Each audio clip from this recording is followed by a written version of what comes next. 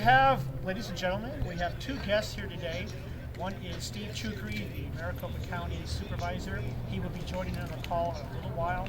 But first, we have our main host, which is Congressman David Schweikert. David, say hello. Hello. All right. Yeah. Yeah. I hope I'm getting better at it.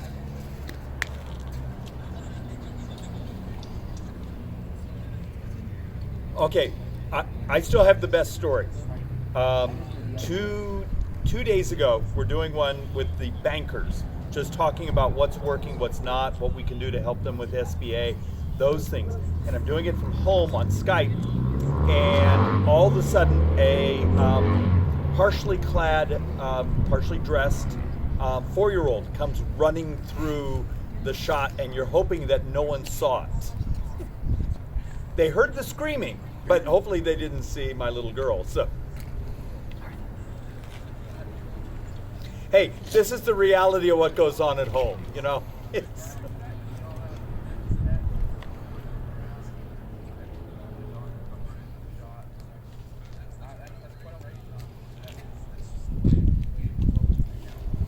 but we're getting a chance to see a lot of people's living rooms, so.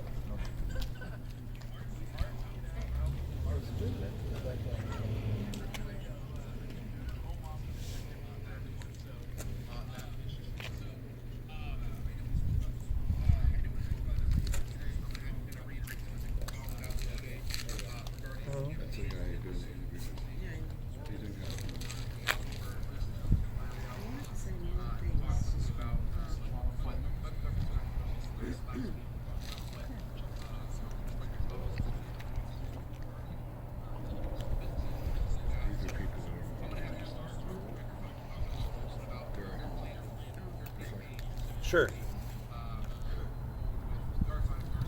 Well, okay, let's actually, you mentioned, let's start with that. And we need sort of zip code captains is the best way to phrase it. We're going to need some folks to help us to manage first the yard sign campaign, because we're going to start that in about 3 weeks. And, you know, the mechanisms of when you're trying to put up several thousand in front of people's homes. And the ability to have places where we can store them on the side of your house, someone that's willing to manage their zip code and making sure that the volunteers in that area are getting them up. And then the reality, you need to go out and audit. Last election cycle, the Democrats were just so aggressive. We had certain neighborhoods where we would have to go back every 3 or 4 days because signs were disappearing. And yes, sometimes it's the landscapers, sometimes it's the kids, but in this case, you could actually see where you had just hyper-partisan, MoveOn.org type Democrats who were just stealing. And you know, we have a little system on that. About the third time the sign disappears, we ask the homeowner if we can now put up a 1 foot by 4 foot sign, and then we'll nail it in with rebar down into the ground and let them try to get that one out of the ground. So, look, these are sort of some of the mechanisms, the games, the organization. We're trying to think through how you do this in a time where we're not going to be doing our normal campaign model of every weekend 3 or 4 house get-togethers, and you know, when we're back in town from DC doing that. We're trying to be creative. That's one of the reasons I appreciate these sorts of connections. We got to be talking to each other. We got to be willing to pick up the phone and say, I have an idea. We're going to need people to help us stuffing envelopes. Those who are willing next month to start hand addressing the next batch of envelopes. So there's a lot of things going on that you will be able to do from your home, or be able to do with your family from home. And this is a new world for us. Now we've got.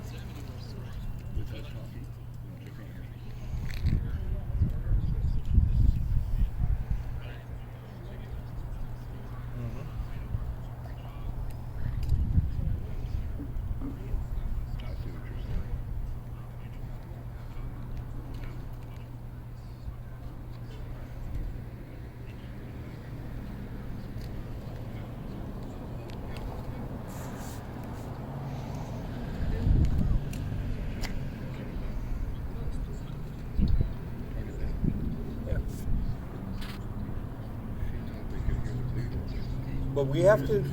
Can I throw something on top of you on this? Okay, now We need to be. Steve's on the line right now. if you Oh, want to say good. hello to Steve. Hello, Steve. We need to be cognizant. The left activist groups are much more comfortable with the type of technology we're using at this moment. The MoveOn.orgs, the resist groups, the Code Pinks, there's sort of radical element that runs the Democrat Party, particularly here in the Phoenix Scottsdale area. Their dominant players are very comfortable at the social media, the types of Zoom and Skype and those things. They do training seminars on it and have for years. The other thing you also have to be cognizant is Democrats raise substantial amount of money, small dollar contributions online, where culturally that's not something Republicans have been great at. We often want to meet, talk, shake the hand, look in the eyes of candidates, where Democrats are just willing to hit the button saying, okay, this person is a conservative, this one's a liberal, I'm in liberal rage, I'll give the liberal money. So we expect to have to try to find ways to put things in the mailbox to raise money, to put things on emails to raise money, to text message. And that's the last point. We're going to be doing a lot of text messages this summer. We need those of you who want to learn how to do that to be willing to reach out to us. So first we need zip code captains for the signs, hand addressers, hand stuffers, and then those in the coming months who are willing to also help us manage the text messaging campaigns.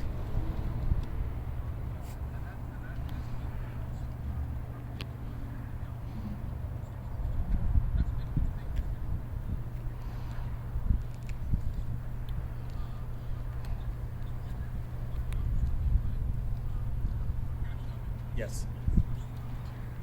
No, the Trump campaign's been amazing at the adoption of technology.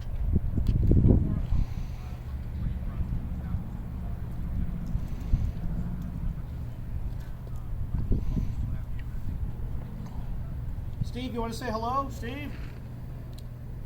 Chucri, are you on the line?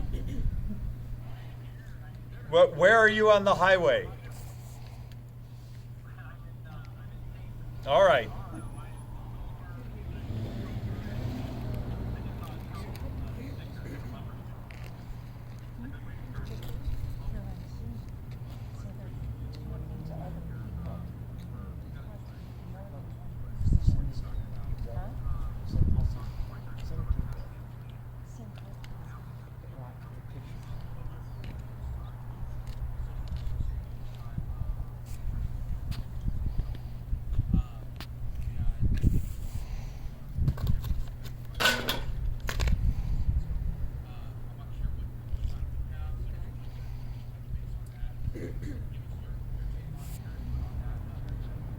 Oh, Steve.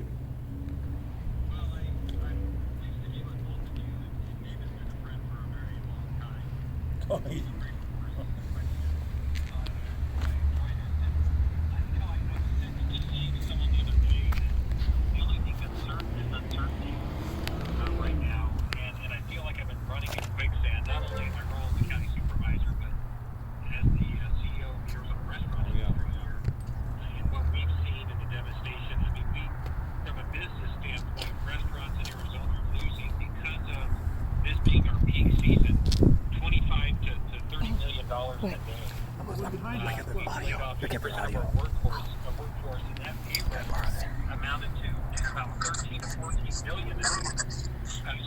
So you can see how detrimental this is, and I think you were saying earlier that the unique part of this is no one's immune to this. No matter how successful you are in your life, whether it's personal or business, everyone is being impacted by this, and it's something like we've never seen before. David, do you have a question for Steve? Yeah, no, that's something that is on the forefront of a lot of folks' minds. I'm going to kind of pass it back over to the congressman. Well, we talked about this a little bit. But I'm going to first hit something for what thank you. How is the campaign of encouraging people to do takeout, to reach out to their favorite eating establishments and actually pick up food? Because, for some of our mom and pop restaurants, surviving We just got to make sure they survive the next few weeks.